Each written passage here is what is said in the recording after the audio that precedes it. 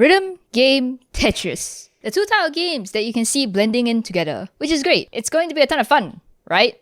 Except yeah, it's not very fun at all. Tetris Beat. I first found this game through an article called I Ain't Got Enough Rhythm for Tetris Beat by CJ Andreasen. And to be honest, I have news for you, CJ. I don't think that is that you don't have enough rhythm. The game itself doesn't really have much rhythm. So Tetris Beat is a mobile game found on the Apple Arcade, which is a part of the App Store with a bunch of games that you can download and play if you subscribe to the Apple Arcade for $5 a month. I'm going to give a huge disclaimer here. I don't play Tetris. The most I've done is play classic Tetris on the NES and original Game Boy, but after that, no, not really. I am not used to the modern types of Tetris, which is like Tetris 99, where they have the different control schemes, the hard drops and whatnot. Alright, so let's talk about Tetris Beat. There are three modes in this rhythm game Tetris. There is tap, drop, and marathon. On tap mode, you're given two positions to put the block at. You tap where you want to put the block to the beat, and that's about it. Which is actually pretty simple and pretty easy to keep on time actually. On drop mode, this is a lot more like regular Tetris. You slide your finger left and right to move the block around, you tap to rotate the block, and then you flick your finger downwards for a hard drop. There is no slow dropping in this game, which is kinda sucky actually. And then you press the hold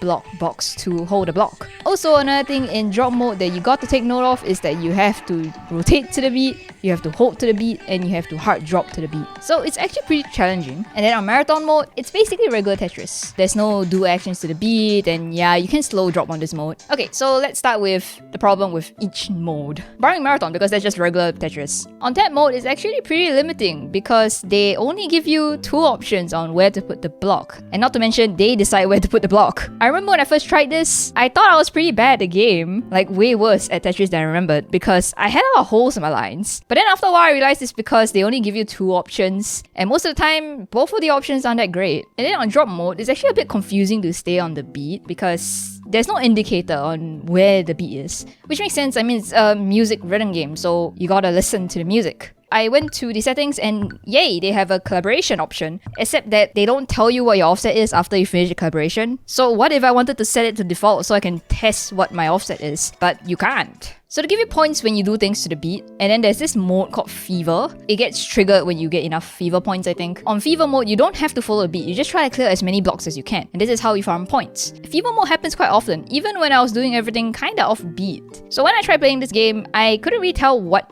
beats they accepted and what they didn't. For example, usually we have a 1/4 beat to a BPM like... So to the same beat, right, you could technically like multiply that. I'm not a trained musician or anything, but think of single tapping and Osu, which is just... And then if you're doing a stream, it's like... But it's technically to the same beat. I know I just clapped to two completely different rhythms, but you get the point. So I went to test a metronome with it, and turns out they actually do accept that faster beat, which is a great thing. It means that you can go really fast if you wanted to.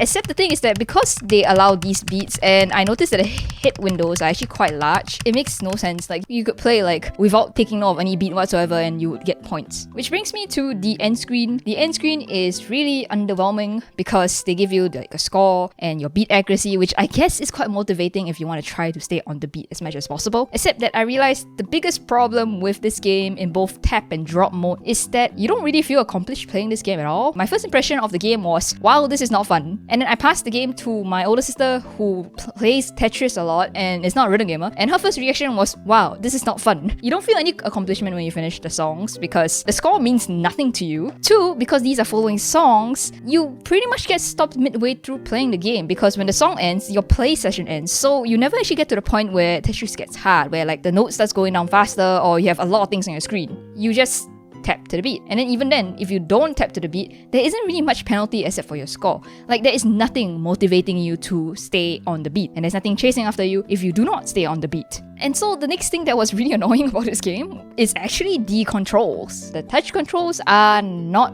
really that great because when you want a hard drop, you gotta do this really short flick. If you do a longer flick downwards, it doesn't detect, which actually can throw your rhythm off a bit because, at least for me, right, when I play games with flicks, I do flick a little longer so I can stay on the beat, just like when I'm doing that flick part in You Are the Miserable. And because of that, the touch controls are just not reliable, and because they're not reliable, you don't execute actions that you want to the beat, so it kind of throws your rhythm off, which is ironic. But the thing is, there are actually two other ways to play the game. So you can change from the touch mode to the on-screen controls mode. Hi, I'm editing the video right now. The on-screen touch controls, yeah, they're pretty terrible too. Pressing the hard drop button doesn't respond instantly. I don't know why this is the case. In fact, I would take the other touch control over this touch control, so yeah. And then there's one final way to play the game, which would be with a controller. All Apple Arcade games actually work with a controller, so this game is no different. It felt way more responsive and way more fun to me to play with a controller. Like, I actually felt like, yes, I'm grooving to the song. And the tactile feedback is kind of nice. There is a setting in the game that makes the controller vibrate while you are playing. It feels really off-putting because it vibrates to the beat. You can turn it off though, so it's not that bad. The song list is quite small. I don't mind games with small song lists, then whatever song is playing in the background doesn't really matter. It's okay that songs don't matter, except that I noticed that the difficulties also don't really matter, because on easy, the blocks move slowly and it's the same gameplay as the medium difficulty. The medium difficulty, they have these blocks with the axis on them. Those blocks with the axis on them won't give you as much points, except that I don't feel like it's that much of a drawback, honestly. And then on hard mode, it's the same thing, except that the block going down goes down faster, but it's nowhere close as fast as to what you'd see on Tetris 99. However, I don't feel that making the block go down any faster would change how the game feels, because in the first place, because you're following to a rhythm, you're kind of constricted to following the beat. So in a way, you are playing a lot slower than you would normally be if you're playing Tetris. So yeah, you can't force the player to move any faster with faster moving blocks. If anything, the most it feels like is a fun mini game. The most fun I got out of the game was, oh yeah, I'm grooving to the beat. This is kind of like relaxing. It's a bit fun in that way. Except that really isn't too much different from me playing regular Tetris and playing a song I like in the background. At least there, I get to choose what song I want to play. When I let Zechi play the game, he brought up a really good point. He said that the game felt like someone watched Ikaro's video on playing Tetris to a beat and decided, hey, we should make that a game. Except without realizing that there should be a goal in a game for it to make it feel good to play. Other nitpicks I have would be that there's no visual guideline of what the beat is. For example, a game that uses this great beat concept is The Crypt of the Necrodancer, except that that game feels great. It has visual cues of when the beat changes, the beat in the song is way more obvious, and it has way more mechanics stopping you from going off beat. Not to mention that the game is quite challenging and the beat aspect really helps in the puzzle solving as well. Like, it has a goal that you can reach with the song. It is not some ongoing runner that gets cut short the moment the song ends. There is a form of progression, challenge, and puzzle to go along with it. I know Tetris is a puzzle game, but it just does not work with this rhythm concept. So honestly, I give it a solid 3 out of 10. I would play this if I was really that bored. But I'm going to be honest, no matter how much I tried to play the game, I kept getting distracted by Taiko no Tatsujin on the Apple Arcade, which is on the Apple Arcade, by the way. It's a great game. Go and try it. But yeah, that's about it. Thanks for watching.